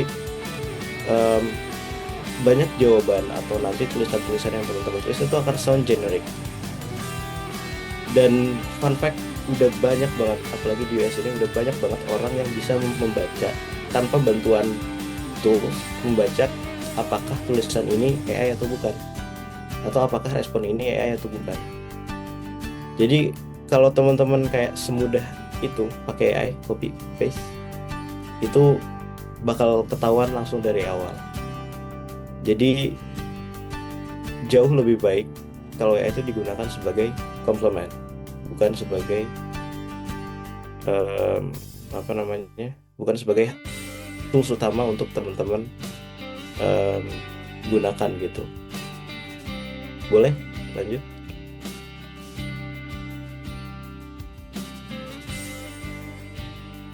Nah, jadi ini mungkin finishing ya di akhir. Tadi yang aku bilang, AI itu bisa ngebantu simulate interviews and polish applications, tapi ultimately your personal touch and story makes the difference. Jadi yang paling penting adalah personal touch teman-teman dan juga personal story teman-teman. Jadi buat baik itu motivation letter atau personal story letter atau untuk apapun lah yang digunakan untuk mendaftar ke beasiswa, itu dibuat sepersonal mungkin. Kalau bisa bener-bener hanya gunakan AI untuk merapikan structure dan grammar aja ya, atau untuk brainstorm aja gitu. Jangan gunakan dia untuk generate apa yang akan teman-teman nanti submit atau gunakan untuk interview. Terus saat latihan interview, jangan takut untuk membuat kesalahan, karena that's what practice for. Itu banyak mungkin teman-teman yang udah dari latihan aja takut ngebuat kesalahan gitu. Misalnya pas mock up sama orang, takut dijudge jelek atau gimana, jadi udah takut-takut ngebuat kesalahan dari awal. Jadinya kan nggak bisa untuk improve kalau kayak gitu, kalau udah takut salah dari awal gitu. Atau bahkan jadinya malah pas latihan interview jadi baca atau gimana gitu. Itu kita nggak akan, kalau dengan seperti itu kita nggak akan pernah siap untuk interview beneran ya. Terus combine AI tools with a collective mindset, dan dengan adanya reflective mindset yang tadi aku bilang, sebelumnya udah aku bilang, di-combine dengan AI tools ini, kita bakal bisa approach interviews with clarity and composure. Jadi latihan-latihan yang sudah kita lakukan itu bisa membantu kita untuk bisa lebih percaya diri dalam menghadapi interview dan bisa melakukan interview tersebut dengan clarity dan composure. Terus ini yang terakhir, kita takeaways dari aku, teman-teman perlu ingat kalian adalah protagonis dari cerita kalian, dan AI itu cuman backstage assistant kalian. Jadi jangan gunakan AI sebagai tools utama gitu. Mungkin itu aja presentasi yang akan aku berikan. Teman-teman kalau mau nanya apapun soal scholarship preparation atau interview preparation, boleh ditanya sekarang. Thank you. Oke, makasih banyak Kak Nasar buat informasi dan ilmu yang udah dibagikan. Wih, udah ada yang nanya tuh satu orang tuh. Oke teman-teman, gimana nih? Kalian ada yang makin termotivasi nggak buat apply beasiswa untuk pergi dari Indonesia? Apa tuh hashtagnya kabur aja dulu gitu kan? Kak Nasar juga udah share tools-tools nih canggih yang bisa bantu kita buat simulasi wawancara sampai semua motivation letter ya, powerful. Ini ada satu pertanyaan, saya izin menanyakan ya Kak, bacain. Kak, do's and don'ts yang paling pengaruh buat nulis application seperti motivation letter itu apa ya Kak? Terus penggunaan AI ini bisa nggak sih kita patokkan ke AI atau kita gabungin sama sumber-sumber lain gitu Kak? Mungkin buat tuh penulisan motivation letternya. Silakan Kak. Oke. Buat motivation letter itu sebenarnya yang perlu teman-teman lakukan. Jadi motivation letter itu menurut aku ada beberapa struktur, 4 atau 3 nanti kita akan explore lagi. Yang pertama adalah perkenalan diri, itu yang harus ditulis, tapi jangan yang generic. Jangan gunakan nama saya adalah ini, saya lahir di sini, saya berkuliah di sini. Jangan gunakan itu. Dalam perkenalan diri ini, teman-teman bisa terletak di awal paragraf. Tulis hook yang bisa menarik minat pembaca di situ. Jadi misalnya kalau teman-teman mau mengenalkan diri sebagai mahasiswa hubungan internasional, case aku mahasiswa hubungan internasional yang peduli dengan misalnya isu lingkungan dan yang peduli dengan isu lingkungan gitu. Jadi hooknya bisa dibuat, misalnya contohnya adalah isu lingkungan yang ada di Indonesia saat ini sedang sangat parah atau gimana gitu. Jadi buat kalimat pertama adalah fokus isu kalian, apa yang mau kalian tuju, terus baru sebagai mahasiswa hubungan internasional gini. Jadi perkenalannya itu di situ gitu, bukan perkenalan yang generic. Terus yang kedua adalah dalam motivation letter itu apa yang teman-teman sudah lakukan. Jadi saat misalnya teman-teman masih kuliah nih, saat berkuliah apa sih yang teman-teman sudah lakukan, kontribusi apa yang teman-teman sudah berikan gitu. Dan yang ketiga adalah motivasinya, maksudnya apa yang akan teman-teman lakukan. Jadi looking back dari apa yang sudah teman-teman lakukan, teman-teman pengen melakukan apa nih ke depannya, yang akhirnya itu semua itu menjadi background, misalnya motivasi teman-teman untuk either daftar beasiswa, berkuliah ke luar negeri, atau apapun itulah yang akan nanti teman-teman daftarkan gitu. Jadi yang harus dilakukan itu perhatikan tadi berapa, 3 atau 4 hal itulah. Tuh. Mungkin udah menjawab atau mau ada pertanyaan lanjutan? Oke, Kak Wira boleh dikasih tanggapan buat jawaban yang sangat insightful dari Kak Nasir. Sementara untuk nunggu Kak Wira, aku bacain pertanyaan selanjutnya nih. Ada dari Kak Amalia. Boleh. Kak, nama AI-nya apa ya yang bisa buat latihan wawancara, terutama wawancara yang tipenya behavioral interview question?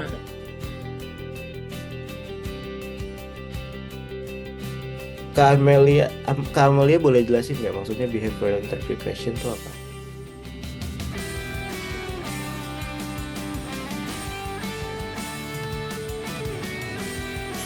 Izin jelasin ya Kak, behavioral interview question tuh kayak lebih menggali kayak kejadian yang sudah kita kerjain masa lalu gitu, misal kayak Oke. gimana kerja kita dulu sama tim gitu, kesalahan kita dulu itu seperti apa, jadi kayak lebih bahas kayak masa lalu gitu. Oke. Honestly, mungkin menurut aku kalau untuk pertanyaan yang personal kayak gitu, saran aku untuk tidak menggunakan AI sih. Jadi try to find someone yang bisa latihan interview untuk kita, karena sangat sulit bagi AI untuk bisa touch personal issue kayak gitu untuk sekarang ya. Jadi menurut aku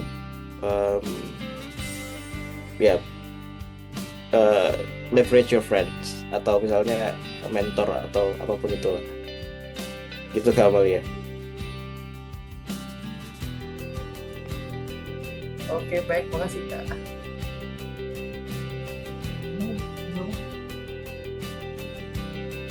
Ini aku lanjut ya. Oke. Kak, Kayaknya yang Kak Wira tadi ada yang nggak kejawab. Jadi ini sekalian aku gabungin pertanyaan Kak Wira sama yang Kak Dani itu. Untuk penggunaan AI ini bisa nggak sih kita patokan ke AI atau kita gabungin sama sumber-sumber lain gitu Kak? Terus pertanyaan Kak Dani itu gimana sih cara tetap terlihat otentik di motivation letter kalau kita pakai bantuan AI seperti ChatGPT?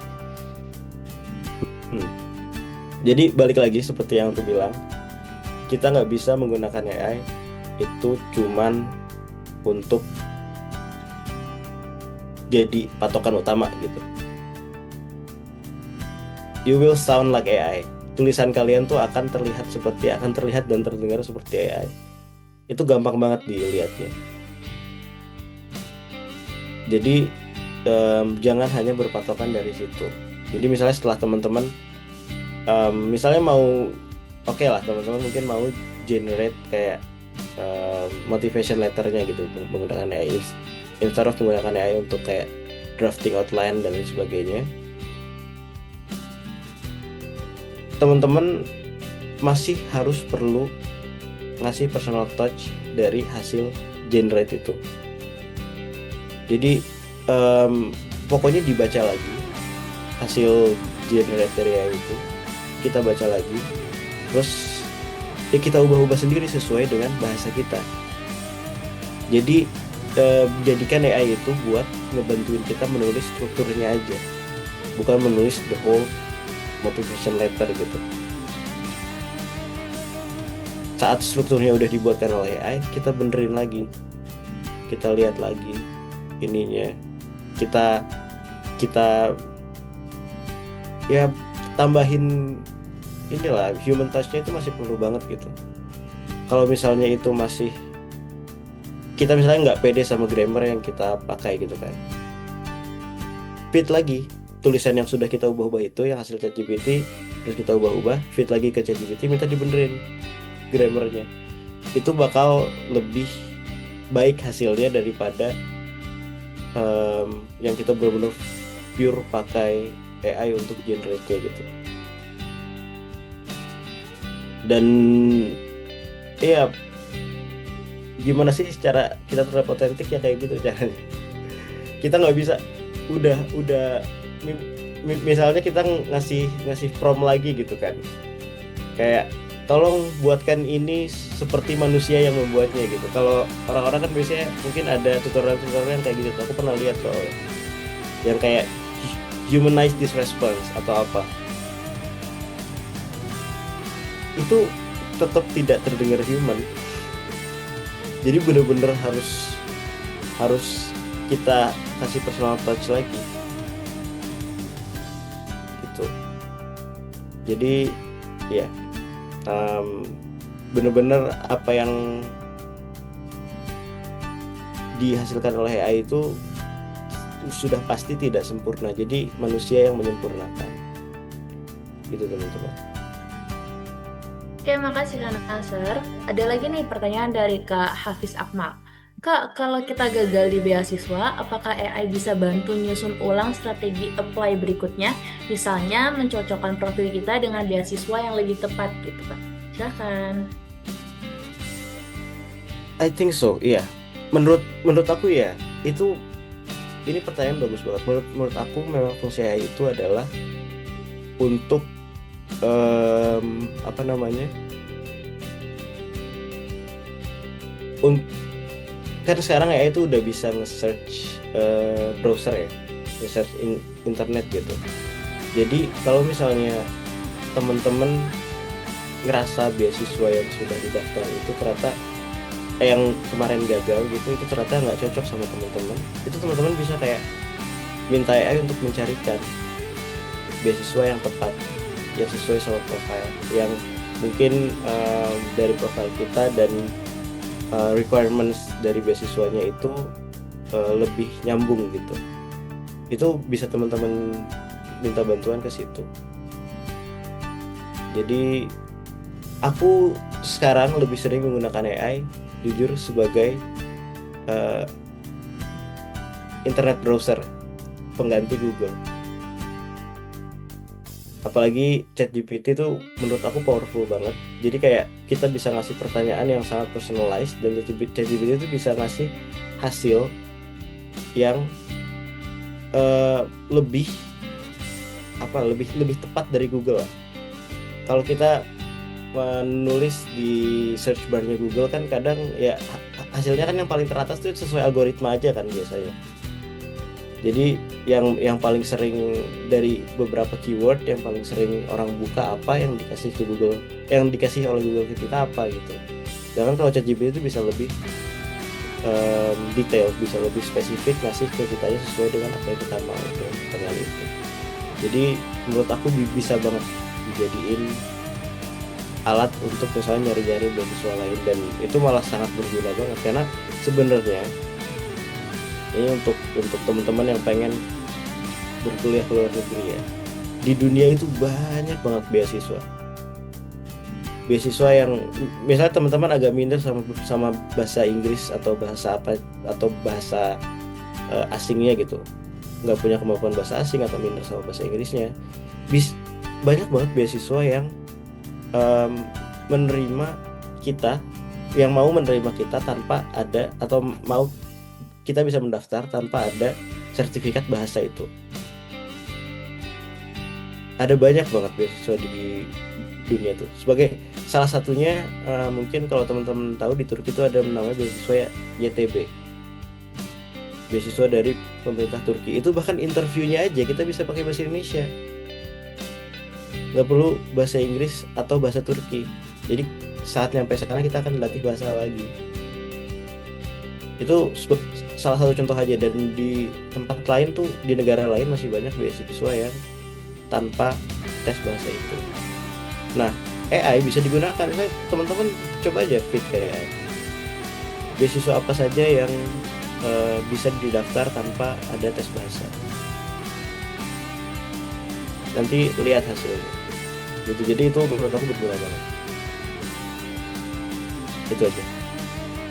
Oke, makasih Kak. Gimana nih Kak Akmal, Kak Hafiz Akmal gitu, buat jawaban dari Kak Nasser.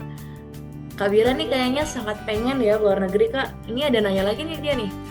Kak, aku mau izin nanya lagi lanjutan. Tadi Kakak sempat bilang jangan takut salah kan ya Kak? Jadi harus tetap pede ya. Gimana ya Kak cara bangun PD-nya itu, contohnya nih pas latihan sama AI bagus, tapi kalau ketemu face to face malah ragu gitu pas wawancara. Mm-mm. Teman-teman pernah dengar kan term practice make perfect? Jadi banyakin latihan aja. Sama ya, kalau misalnya nggak pede hanya dengan latihan dengan AI, latihan sama orang langsung. Cari siapapun itu, misalnya di depan orang tua, di depan teman, di depan adik, di depan kakak gitu.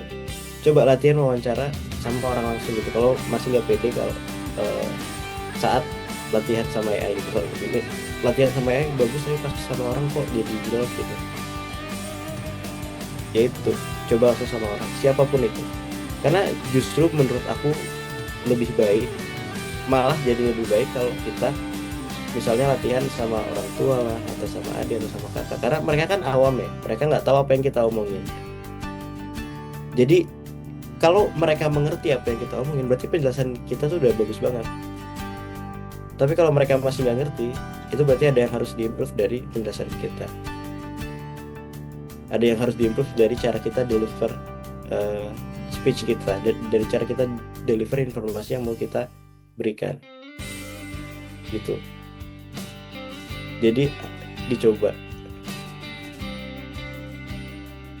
Ini responnya nih Kak, kalau semua orang malu Kak, terus kalau udah sempet down tuh kan rasanya nggak pengen lanjut lagi, gitu Kak, gimana? I can feel you. Aku basicnya introvert soalnya. Jadi sama orang tuh pasti malu. Cuman ya kita harus break that barriers gitu loh. Kalau kita pengen dapetin apa yang kita mau, kita nggak boleh terkungkung di dalam perasaan yang kita punya itu. Malu paling berapa sih? Setengah jam, 10 menit, 20 menit lah. Paling lama setengah jam malunya gitu kan.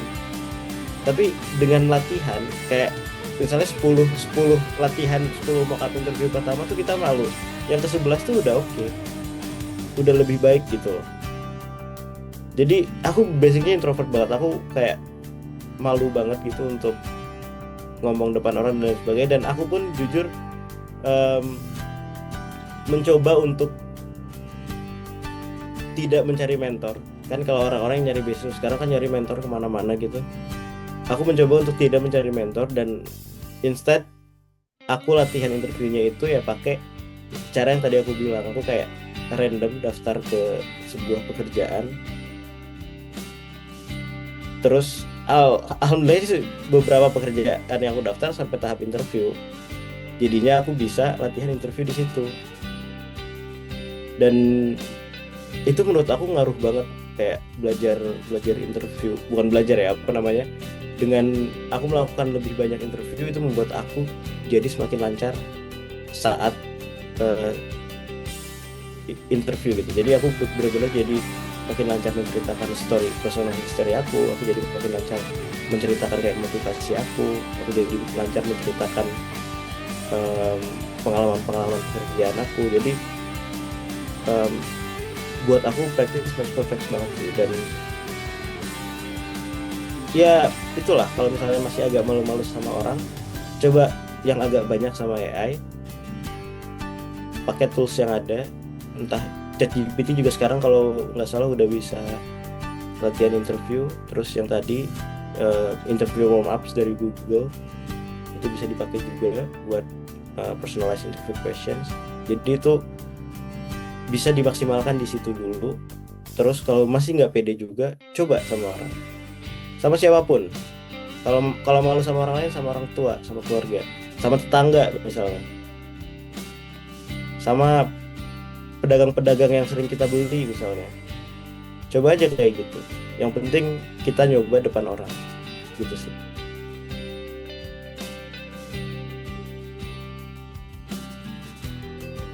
Gimana nih Kak Wira, tips dan triknya? Jadi kita harus banyak-banyak ngomong, cari orang buat diajak ngobrol.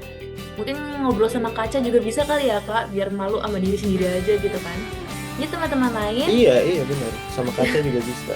Sama kaca kan kayak malunya sendiri aja gitu kan. Oke, dari teman-teman lain masih ada nggak ya pertanyaannya? Apakah masih ada yang ingin ditanyakan soal beasiswa? Oh, ada nih. Satu dari Kak Muhammad Adam. Menurut Kak Nasir nih, apa sih kesalahan paling umum yang dilakuin pelamar saat menyiapkan diri untuk interview beasiswa? Gimana Kak? Kesalahan yang paling umum yang dilakukan pelamar saat menyiapkan diri untuk interview beasiswa. Aku bakal kasih fun fact. Kesalahan paling umum adalah karena sekarang sudah banyak banget ya, mungkin saran apa namanya ya, kayak konten-konten tentang persiapan interview dan sebagainya itu kan udah banyak banget. Kesalahan paling umum dari orang adalah blindly ngikutin konten-konten persiapan interview itu. Jadi kayak misalnya ini kayaknya yang paling umum dilakukan sama orang ya. Kayak ada pertanyaan misalnya, apa kekurangan diri kamu? Banyak banget. Aku tuh udah jadi mentor mungkin untuk 20-30 calon pelamar beasiswa PDP, dan 80% nulis terlalu perfeksionis. Ada juga yang mayoritas juga nulis misalnya terlalu attention to detail. Pasti teman-teman sering dengar kata-kata ini kan dari banyak saran-saran interview prep gitu. Dan itu yang aku sering dengar juga. Dan udah pasti interviewer juga sering dengar. Jadi sebenarnya sama kayak penggunaan AI. Konten-konten dari konten creator itu yang bikin prep dan lain sebagainya, bikin interview prep atau scholarship prep dan lain sebagainya, itu tuh jangan di follow, jangan diikutin secara blindly gitu loh.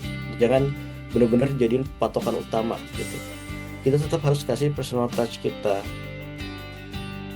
Be genuine dari pendaftaran beasiswa. Untuk pendaftaran beasiswa, be genuine.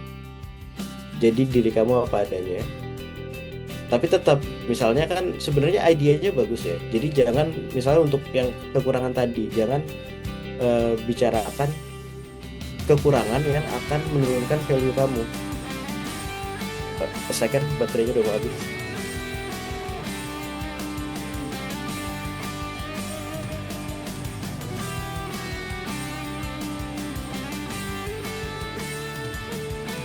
Ya. Jangan misalnya sebutkan kekurangan yang akan menurunkan value. Jadi tetap guideline-nya di follow. Jadi jangan kekurangan banget gitu. Misalnya jangan tulis orangnya malas. Itu apa ya? Malas kan sifat ya, itu kan susah untuk diperbaiki gitu. Kecuali dengan keinginan diri sendiri, itu nggak bisa nggak bisa di verify gitu ke genuinitasnya. Terus instead of misalnya daripada bilang malas, coba aja tulis yang misalnya kayak aku selalu bilang aku tuh introvert, malu untuk ketemu sama orang, malu untuk ngobrol sama orang. Terus kasih tahu gimana cara aku mengatasinya, dijelaskan dengan walaupun introvert tapi aku tetap memaksakan diri untuk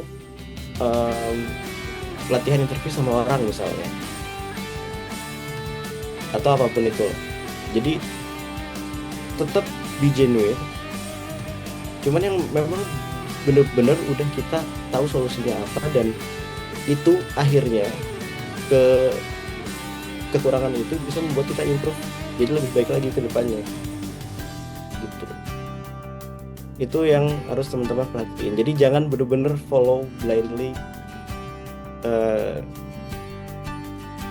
konten-konten tentang interview preparation itu benar-benar udah jadi umum banget, dan aku yang cuman jadi mentor aja udah malas dengernya gitu loh. Udah malas denger jawaban-jawaban itu, apalagi interviewer yang mereka bisa nginterview berapa ribu orang gitu. Jadi aku selalu ngasih saran ke mentee aku adalah untuk be genuine gitu. Oke, jadi malah ternyata konten-konten yang banyak beredar tuh malah yang menyesatkan ya. Ternyata malah bukan memandu ya ternyata. Wah, In a way, padahal kalau kita follow blindly ya, kalau Ah. kalau kita ikuti secara buta, hmm, yang harus jadi kita lakukan adalah synthesize informasi yang ada di konten itu dan kita terapkan dengan cara kita sendiri. jadi tetap bisa diambil tapi diterapkan dengan caranya dan bahasa sendiri gitu ya Kak. Nggak di copy paste banget bahasanya. Jadi jawabannya bakal template gitu ya maksudnya ya. Mm-mm. Oke. Udah banyak nih kita bertukar informasi, bertukar ilmu dari jawaban dari Kak Nasir untuk Kak Wira, Kak Amalia, Kak Dani, Kak Hafiz Akmal, Kak Wira lagi tadi, terus ada Kak Adam. Kita udah bertukar banyak banget informasi dan ilmu tentang interview dan beasiswa. Jadi teman-teman semua bisa dicatat, ditanamkan dalam pikiran, terus nanti diaplikasikan saat melaksanakan interview atau kalian mau ngambil beasiswa. Nah, kita udah masuk ke sesi terakhir, kita udah selesai tanya jawab. Makasih banyak Kak Nasir udah berbagi ilmunya, udah menyempatkan waktunya untuk berbagi ilmu, menjawab pertanyaan-pertanyaan dan memperluas memperluas ilmu buat kita semua nih. Terima kasih banget buat teman-teman Makasih juga. juga. Ayo kita kasih apresiasi dengan emoji atau komentar. Kita ramein terima kasih ke Kak Nasir bareng-bareng. Yuk.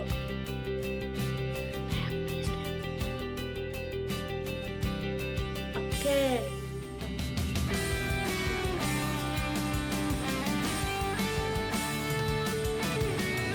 Oke guys, ini kan udah waktu di penghujung acara ya guys ya.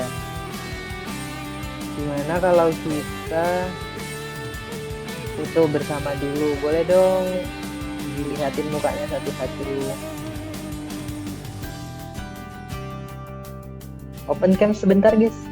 Buat ini.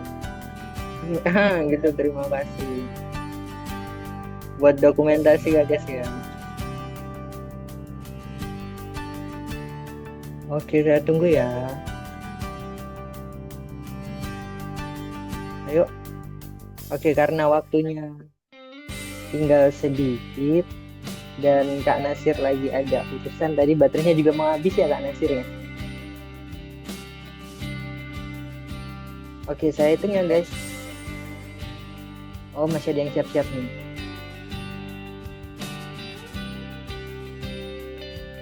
Oke, 3, 2, 1.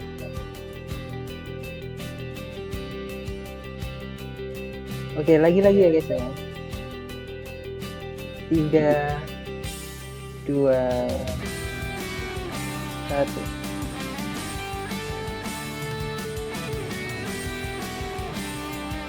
Oke. Untuk slide selanjutnya boleh ya guys ya. Lagi-lagi. 3, 2, 1. Oke. Saya kembalikan ke Kak Tinda, silakan Kak Tinda. Makasih Kak Tama udah bantu buat dokumentasi. Jadi sebelum kita pamit, gimana nih teman-teman tadi? Udah banyak dapat informasi tentang CV, interview, bahkan beasiswa dari pembicara-pembicara kita yang luar biasa, Kak Zakwan Nabil sama Kak Nasir. Gila sih ternyata AI itu gak cuman alat, ternyata bisa bantu. Tapi kita nggak boleh tuh yang namanya berpatokan 100% sama AI. Kita tetap harus kasih sentuhan manusia. Ntar kita malah tergantung banget, otaknya nggak kepake tuh kan. Nah, terima kasih banyak juga untuk Accelerate Indonesia yang ngebantu kita buat menjalankan kegiatan ini, dan Fakultas Ilmu Komputer Universitas Amikom yang udah ngebantu kita juga, dan tentunya seluruh panitia yang kece-kece dari grup 14 Digital Future Leaders 2.0. Dan jangan lupa ya, jangan berhenti di sini doang nih ilmunya teman-teman. Explore terus teknologi yang terus berkembang, kembangin karir, dan tetap jadi generasi yang adaptif juga inovatif. Aku Dinda, pamit undur diri sebagai MC kalian hari ini. Makasih banget udah jadi audiens yang semangat dan aktif banget tadi nanya-nanya. Makasih udah meluangkan waktunya malam ini untuk ikut dan menerima banyak ilmu dari kegiatan kita malam ini. See you on Top Temuan Future Leaders. Stay smart, stay curious, and always level up with AI. Wassalamualaikum warahmatullahi wabarakatuh.